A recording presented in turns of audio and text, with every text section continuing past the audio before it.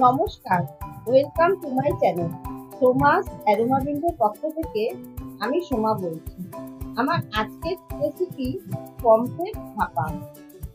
রান্না করা খুবই সহজ আর খুব কম উপকরণ দিয়ে তৈরি করে নেওয়া যায়। গরম ভাতের সাথে এই পমফ্রেট ভাপা খেতে খুবই ভালো লাগে। তাহলে আসুন দেখে নেওয়া যাক আমার আজকের রেসিপি। পমফ্রেট ভাপা বানানোর জন্য আমি এখানে মিডিয়াম সাইজের 3টে পমফ্রেট মাছ কেটে পরিষ্কার করে ধুয়ে নিয়েছি। আর মাছগুলো আমি এইভাবে ছুরি দিয়ে একটু কাট করে দিয়েছি, যাতে রান্নার সময় মাছের ভেতরে নুন তেল মশলাটা ভালো মতন ঢুকে যায়। প্রথমে পমফ্রেট মাছের মধ্যে আমি দিয়ে দিচ্ছি 1 চামচ পরিমাণে লেবুর রস, আর দেবো সামান্য একটু লবণ আর 1/4 টিস্পুন হলুদের গুঁড়ো। এবার লেবুর রস, লবণ, হলুদ মাছের গায়ে ভালো করে মাখিয়ে নেবেন। লেবুর রস কিন্তু অবশ্যই দেবেন, যেহেতু মাছটা আমি কাঁচা রান্না করব, তাই জন্য কোনো রকম ভাজাভুজি করছি না, তাই জন্য লেবুর রস অবশ্যই দিতে হবে। ভালো করে মাখানো হয়ে গেছে। এবারে আমি ঢাকনা দিয়ে 25 থেকে 30 মিনিটের জন্য ঢেকে রেখে দেবো। এবারে একটা মিক্সিং জার নিয়ে তার মধ্যে দিয়ে দেবো 1 চামচ কালো সর্ষে, 1 চামচ সাদা সর্ষে, 1 চামচ পোস্ত আর স্বাদ মতো লবণ। মাছে যতটা লবণ দেওয়া দরকার ততটা আমি এখনই দিয়ে দিলাম, পরে আর দেব না। এবারে শুকনো অবস্থায় সমস্ত মশলা আমি একটু গুঁড়ো করে নেব। গুঁড়ো করা হয়ে গেছে। এবারে এর মধ্যে দিয়ে দেবো 2 চামচ টক দই, আর ওই টক দইয়ের বাকি দেওয়া সামান্য একটু জল, আর দিলাম 4টে কাঁচা লঙ্কা। ঝালটা আপনারা আপনাদের স্বাদ অনুযায়ী দেবেন, যে যেরকম পছন্দ করেন সেই অনুযায়ী ঝালটা দেবেন। এবারে একটা স্মুথ পেস্ট তৈরি করে নেবেন। এবার মশলার পেস্ট আমার তৈরি হয়ে গেছে।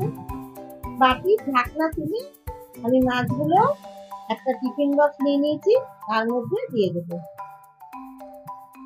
মাছগুলোর মধ্যে আমি সর্ষে পোস্তর পেস্টটা ঢেলে দেবো, আর দেবো সামান্য একটু হলুদের গুঁড়ো, সামান্য একটু চিনি।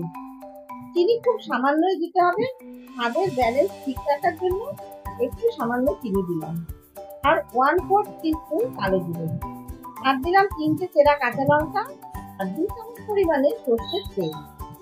এবারে সমস্ত কিছু দিয়ে মাছগুলো ভালো করে মাখিয়ে নিতে হবে। এই মাছটা রান্না করতে সব মিলিয়ে 20 থেকে 25 মিনিট সময় লাগে।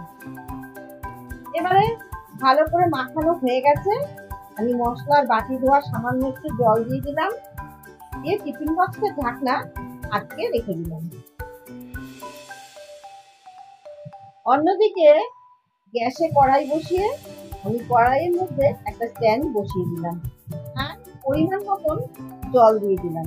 জল এমন ভাবে দেব যাতে টিফিন বক্সের নিচে জলটা থাকে, খুব বেশি কিন্তু জল দেব না। এবারে টিফিন বক্সটা স্ট্যান্ডের উপরে বসিয়ে ঢাকনা দিয়ে ঢেকে দেবো লো ফ্লেমে 10 থেকে 12 মিনিট।